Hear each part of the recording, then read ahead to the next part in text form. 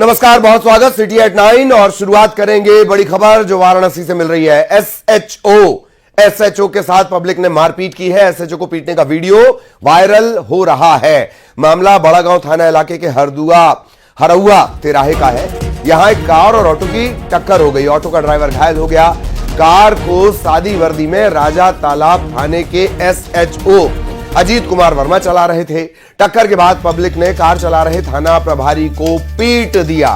मौके पर पहुंची पुलिस टीम ने थाना प्रभारी को बचाया। घायल ऑटो ड्राइवर को अस्पताल में भर्ती करवाया गया है। ऑटो ड्राइवर के परिजनों ने कार चला रहे एसएचओ पर लापरवाही के आरोप लगाए। वहीं थाना प्रभारी ने अज्ञात के खिलाफ मारपीट की शिकायत दी है। यह घटना बड़ागांव थाना इलाके के हरहुआ तिराहे की है। वाराणसी में एसएचओ के साथ मारपीट। न्यूज़ 18 मध्य प्रदेश छत्तीसगढ़ पर ये एक्सक्लूसिव तस्वीरें इस वक्त आप देख रहे हैं।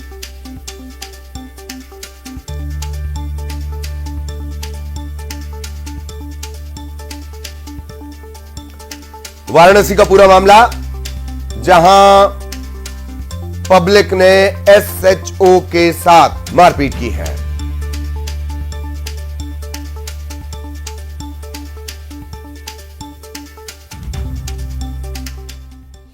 जबलपुर से खबर, जहां चरगवा के जंगलों में बब्बर शेर के घूमने का वीडियो सामने आया है। इसके बाद यहां जो गांव वाले हैं उनमें दहशत का माहौल है। चरगवा के पास भरतपुर के जंगल में मवेशी भी मृत मिले हैं। इसके बाद मवेशियों के शव जांच के लिए वेटनरी हॉस्पिटल भेजे गए हैं। वहीं वन विभाग की 3 टीमें जंगल में तैनात की गई हैं। इस वीडियो के बाद यह वीडियो दरअसल लगातार वायरल हो रहा है, सुर्खियों में आ रहा है और इसके बाद से जो गांव वाले हैं उनमें दहशत तारी है।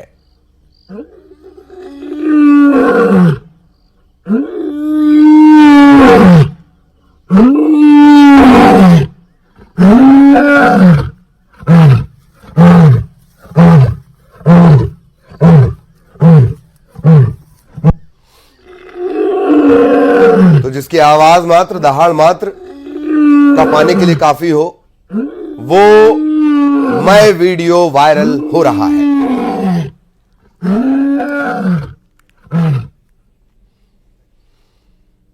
और सिवनी के पेंच टाइगर रिजर्व से खुशखबरी आई है। पेंच टाइगर रिजर्व की झंडी मट्टा बाघिन ने शावकों को जन्म दिया है। सफारी के दौरान बाघिन 2 नन्हे शावकों के साथ नजर आई है। बाघिन के साथ जो शावक दिख रहे हैं, 2 महीने उनकी उम्र बताई जा रही है। मान से निकलने के बाद पहली बार बाघिन के साथ दोनों शावकों को पहली बार देखा गया है। बाघिन और नन्हे शावकों को देखकर सैलानी रोमांचित हो गए। हालांकि जैसे ही सैलानियों को इन शावकों ने देखा, इनके पैर में ब्रेक लग गया।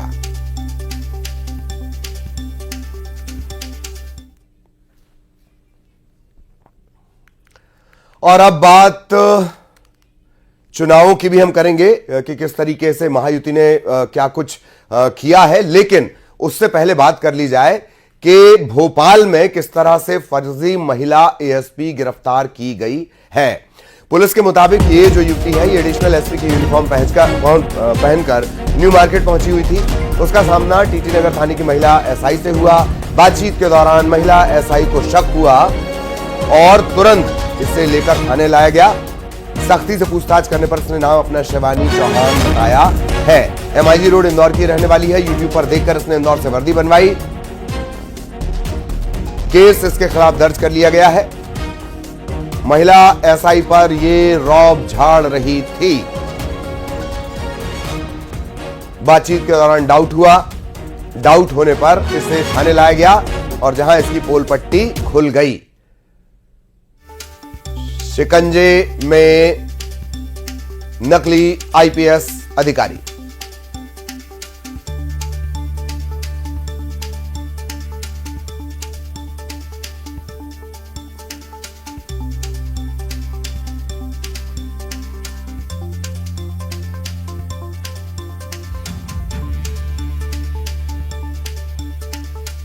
पुलिस ने नकली महिला एएसपी को पकड़ा है।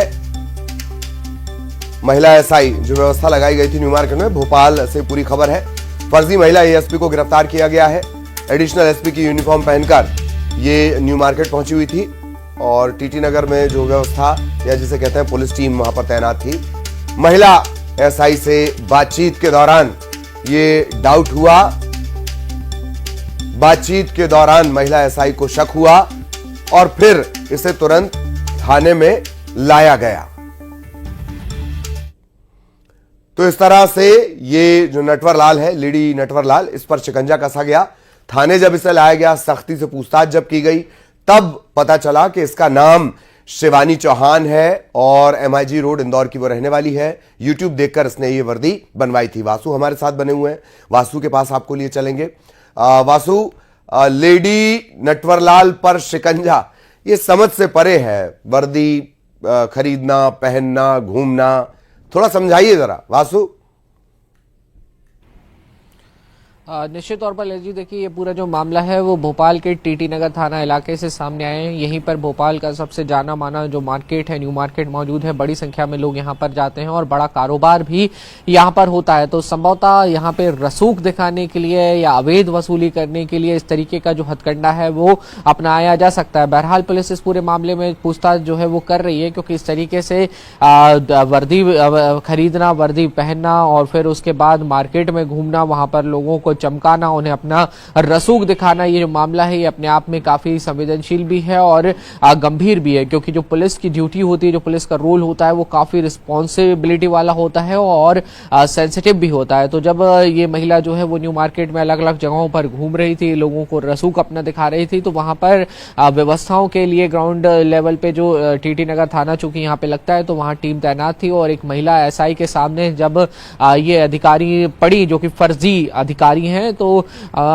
ये गई उनके पास महिला एसआई और उनसे बातचीत करने की कोशिश की, क्योंकि उन्हें शक तो पहले ही हो गया था कि जिस तरीके से एक एसपी जो होते हैं, एडिशनल एसपी रैंक के जो अधिकारी होते हैं, उनका अपना प्रोटोकॉल होता है। और जाहिर तो सी बात है कि जो भोपाल के तमाम पुलिसकर्मी है वो यहाँ के अपने लोकल के जो आला अधिकारी हैं उन्हें बहुत अच्छे से जानते हैं, बहुत अच्छे से पहचानते हैं। तो इस बिहाफ पे जब उन्हें शक हुआ और महिला जो फर्जी घूम रही थी अधिकारी बनके, उससे जब पूछताछ करने की कोशिश की गई तो वो किसी भी बात का स्पष्ट जवाब नहीं दे पाई। इसकी तुरंत जो महिला एसआई थी उन्होंने अपनी सजगता दिखाई और थाने में इस बात की सूचना की, आपने आला अधिकारियों को सूचना की और फिर पुलिस ने क्रॉस चेक भी करने का काम किया कि इस नाम की इस तरीके कोई अधिकारी तो नहीं है। फिर इनको थाने लाया गया और फिर वहां से सख्ती से पूछताछ का जो सिलसिला है वो फिलहाल जारी है।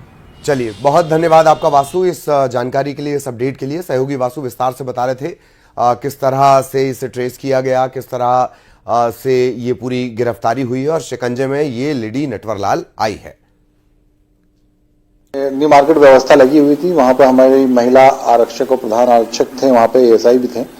उनके द्वारा देखा गया कि एक महिला एडिशनल एसपी की वर्दी पहनकर घूम रही है।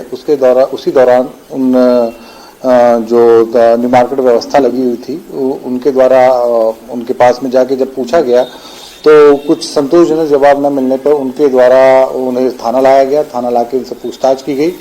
जब पूछताछ की गई और उसके बारे में डिटेल प्राप्त की गई, उसके पश्चात जब पता चला कि ये महिला कोई भी पुलिस विभाग में पदस्थ नहीं है, ये एमपीपीएससी की तैयारी कर रही थी, उनका सिलेक्शन नहीं हुआ और उसी दौरान उन्होंने परिवार को बता दिया कि मेरा सिलेक्शन एडिशनल एसपी के पद पे हो गया है और मैं ज्वाइनिंग करने जा रही हूँ।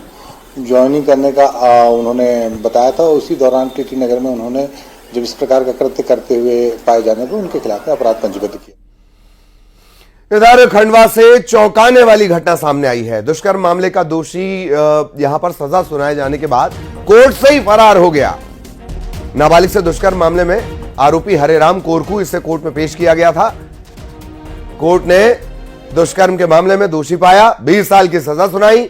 आरोपी को जेल ले जाने की प्रक्रिया चल रही थी, टॉयलेट जाने का बहाना बनाया और फुर हो गया। आरोपी के फरार होने की खबर मिलते ही कोतवाली थाने में मामला दर्ज कर लिया गया। तलाश इसकी की जा रही है। महोदय के कोर्ट से लगभग 3 साढ़े 3 बजे एक आरोपी के जिसको सजा सुनाई गई थी, लगभग 20 वर्ष की सजा सुनाई गई थी, इसके कोर्ट परिसर से फरार होने की सूचना प्राप्त हुई, जिसके संबंध में थाना कोतवाली में प्रकरण पंजीबद्ध कर लिया गया है और फिलहाल टीमें लगी हुई है। इसकी उसको ढूंढा जा रहा है और जल्दी उसको ढूंढ के और उनको न्यायिक इसमें अभिरक्षा में भेजा जाएगा। और खंडवा से सहयोगी अमित आपको जुड़े हुए नजर आ रहे होंगे। अमित, ये घटना हैरान तो करती है, परेशान भी करती है, लेकिन सवाल ये ज्यादा उठाती है कि कोर्ट जैसी टाइट सिक्योरिटी वाली जगह से कोई इस तरह से फुर्र हो सकता है। अमित। जी बिल्कुल ललित जी, एक बेहद ही गंभीर और संवेदनशील मामला है कि इस तरह से कोर्ट से किसी आरोपी को सजा सुनाई जाती है और उसे जेल भेजने की तैयारी की जाती है, लेकिन उसके पहले ही वो वहां से फरार हो जाता है। अब पुलिस इस पूरे मामले की जांच पड़ताल में जुटी हुई है और आरोपी की भी तलाश की जा रही है। मामला ये है ललित जी कि 2020 में एक नाबालिग से दुष्कर्म किया गया था। उसमें दो आरोपी थे, एक हरेराम और एक शंकर। इनको 20 साल की सजा सुनाई गई, लेकिन इनमें से जो एक आरोपी है हरेराम, वो यहां से फरार होने में कामयाब हो गया। उसके बाद पूरा जो है यहाँ का महकमा जो सिस्टम है वो पूरा जागृत हुआ और उसके बाद खंडवा के कोतवाली थाने में इस पूरे मामले की रिपोर्ट दर्ज कराई गई है। कोतवाली पुलिस और ये चूंकि पिपलोद थाना का मामला है तो वहाँ की पुलिस जो है आरोपी के घर तक भी पहुंची और जहां जहां उसके मिलने की संभावनाएं थी वो वहां पहुंची है, लेकिन फिलहाल वो मिल नहीं पाया है और तलाश जारी है। चलिए, बहुत धन्यवाद आपका अमित इस तमाम अपडेट के लिए, और आगे भी अमित के जरिए इस खबर से जुड़ा अपडेट हम अपने दर्शकों तक पहुंचाएंगे। इसे पकड़ने की तैयारी चल रही है, कामयाबी अब तक मिली नहीं है। छत्तीसगढ़ में सीबीआई ने बड़ा एक्शन लिया है।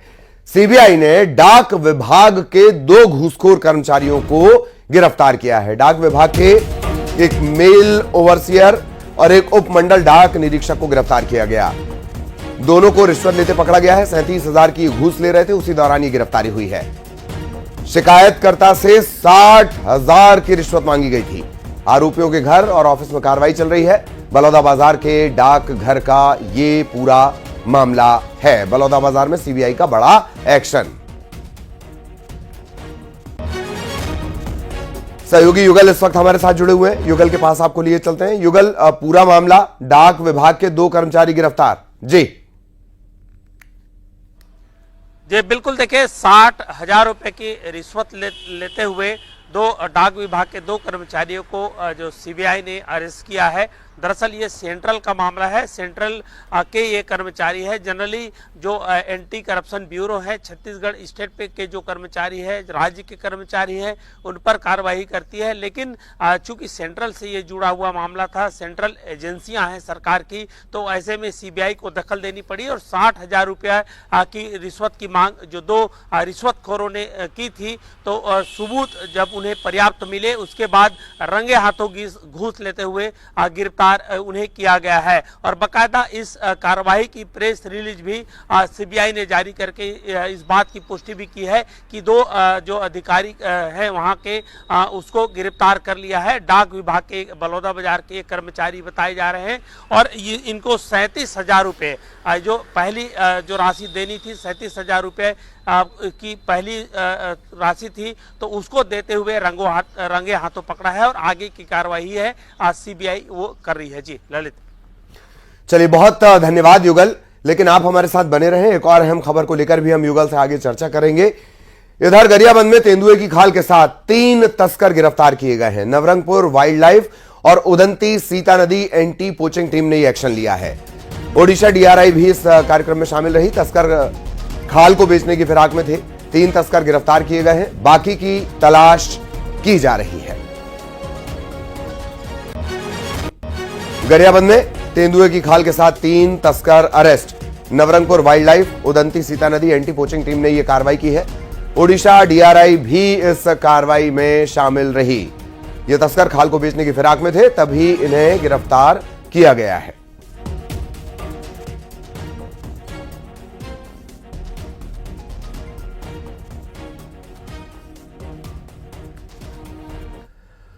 और अब बात धान खरीदी की। छत्तीसगढ़ में अब तक 6,76,000 मीट्रिक टन धान की खरीद हो चुकी है। अब तक राज्य के करीब 1,44,000 से ज्यादा किसानों ने अपना धान बेच दिया है। भुगतान की बात कर ली जाए, 1,288 करोड़ से ज्यादा का भुगतान इन्हें हो चुका है। 14 नवंबर से समर्थन मूल्य पर धान खरीदी शुरू हुई है।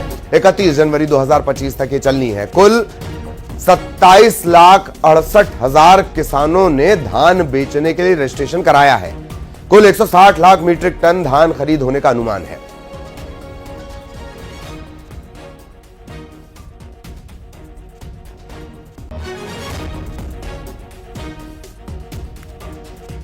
सहयोगी युगल के पास आपको लिए चलेंगे।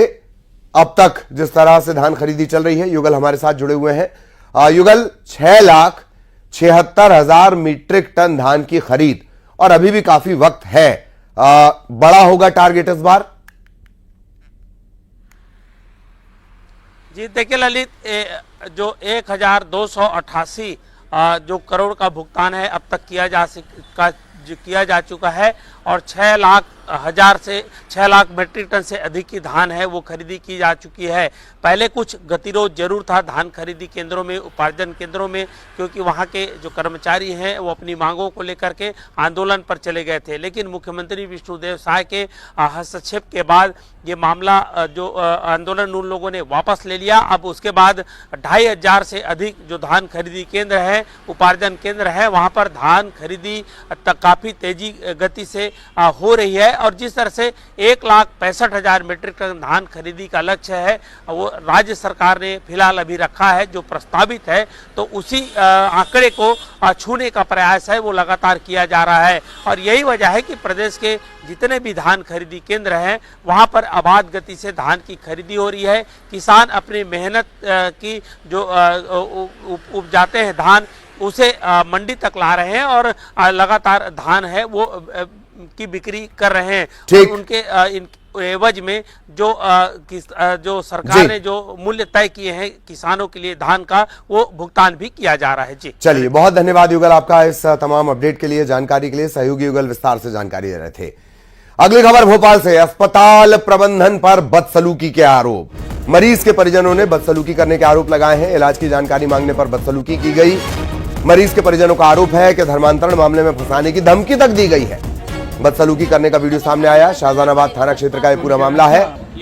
इलाज की जानकारी मांगने पर बदसलूकी की गई है।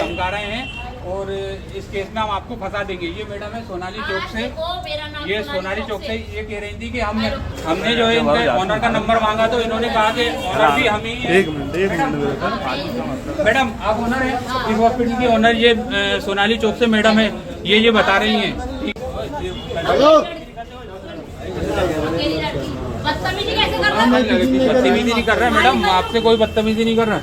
लड़की पे जो है क्या ब्लैकमेल करने का आरोप लगा रही हैं और ये कह रही हैं आप कह रहे हैं कि तुम हिंदू लड़की, तुम्हें धर्म बदलना पड़ेगा, बस बात तुम कह रहे हैं। अच्छा, ये मैडम के बाद बात करने के लिए आए तो ये हमसे कह रही हैं कि हम आपको एक हिंदू लड़की को धमका रहे हैं। और सहयोगी वासु हमारे साथ जुड़े हुए हैं। वासु, पूरा घटनाक्रम बहुत पेचीदा लग रहा है ये मामला। तो देखिए, बहुत ही संवेदनशील दरअसल ये पूरा मामला है और पेचीदा भी अपने आप में हो गया है, क्योंकि एक मरीज जो है वो अस्पताल में उसके परिजन उसे लेकर जाते हैं, ईसीजी वहां पर कराई जाती है, फीस जो है जो वो जमा कराई जाती है और कुछ देर बाद वहां पे ये कह दिया जाता है कि आप इन्हें दूसरे अस्पताल में ले जाइए। दूसरे अस्पताल में तो ले जाइए, लेकिन क्यों ले जाइए, किन स्थितियों में ले जाइए, किन परिस्थितियों में ले जाइए, ये कोई भी स्पष्ट जानकारी अस्पताल प्रबंधन की ओर से मरीजों के परिजनों को नहीं दी, ऐसा उनका आरोप है। जब मजबूरन जो परिजन है वो दूसरे अस्पताल में अपने मरीज को लेकर गए तो रास्ते में ही उनकी मौत हो गई। और फिर इसके बाद जब परिजन वापस दोबारा अस्पताल प्रबंधन के पास पहुंचे और वहां पर उन्होंने ये जानकारी चाही कि क्या वजह थी कि मरीज का इलाज नहीं किया गया। दरअसल फरियादी जो है उनके पिता इस पूरे मामले में मरीज थे और पूछा गया उनकी तरफ से कि जानकारी तो दीजिए कि क्या उनकी हालत थी, किस तरीके से उनकी हालत बिगड़ी। तो वहां पर फिर ये जो पूरा घटनाक्रम है वो घटित हुआ, जो वायरल वीडियो अभी हम दिखा रहे थे, जिसमें अभद्रता करने के जो आरोप हैं वो अस्पताल प्रबंधन पर लग रहे हैं। सोनाली चौक से महिला का नाम बताया जा रहा है जो वहां पर नजर आ रही है, वो उन्हें अस्पताल का सीईओ बताया जा रहा है। और आरोप उन पर यह है कि जब जानकारी लेने परिजन वहां पर पहुंचे तो उन्होंने हिंदू लड़की पर धर्मांतरण कराने का दबाव बनाने जैसे जो आरोप है वो वहां पर उन पे लगा दिए। बहरहाल पुलिस मामले की जांच कर रही है। चलिए, बहुत धन्यवाद वासु इस अपडेट के लिए और पूरी जानकारी के लिए। इधर यूपी के संभल की जामा मस्जिद में सर्वे के दौरान पथराव हो गया। सर्वे को लेकर जामा मस्जिद के बाहर भारी संख्या में फोर्स भी तैनात की गई थी। हिंदू पक्ष का आरोप है कि जामा मस्जिद को बाबर के समय में हरिहर मंदिर को तोड़कर बनाया गया था। इसी को लेकर कोर्ट ने जामा मस्जिद के सर्वे के आदेश दिए, लेकिन मस्जिद में जब सर्वे का काम चल रहा था तब पथराव हो गया। हालात को काबू में करने के लिए पुलिस को आंसू गैस के गोले छोड़ने पड़े। न्यूज 18 मध्य प्रदेश छत्तीसगढ़ पर एक्सक्लूसिव तस्वीरें आप देख रहे हैं। एएसआई की टीम भी यहां पर पहुंची हुई थी और सर्वे के दौरान पथराव हो गया। बड़ी खबर संभल यूपी से। भारी फोर्स जबकि इलाके में तैनात की गई है, सतर्कता बरती जा रही है, बावजूद इसके पथराव हो गया और आखिरकार पुलिस को हालात काबू में करने के लिए आंसू गैस के गोले दागने पड़े।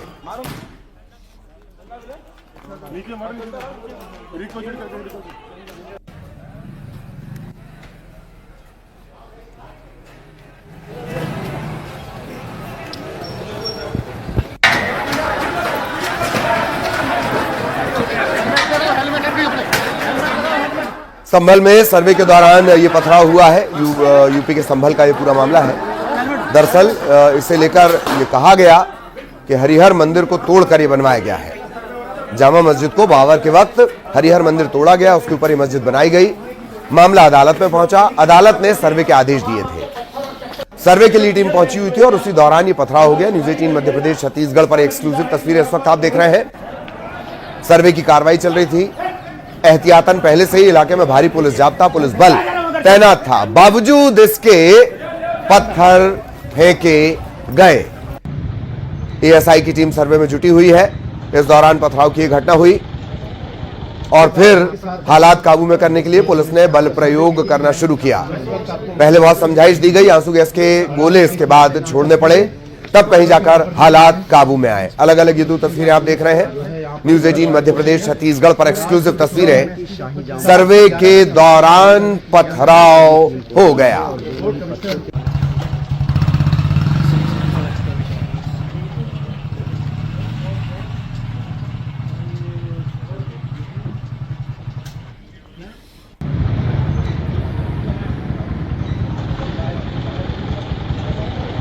के साथ उनके साथ तमाम जो सर्वे की टीम है। और अब टॉप 20।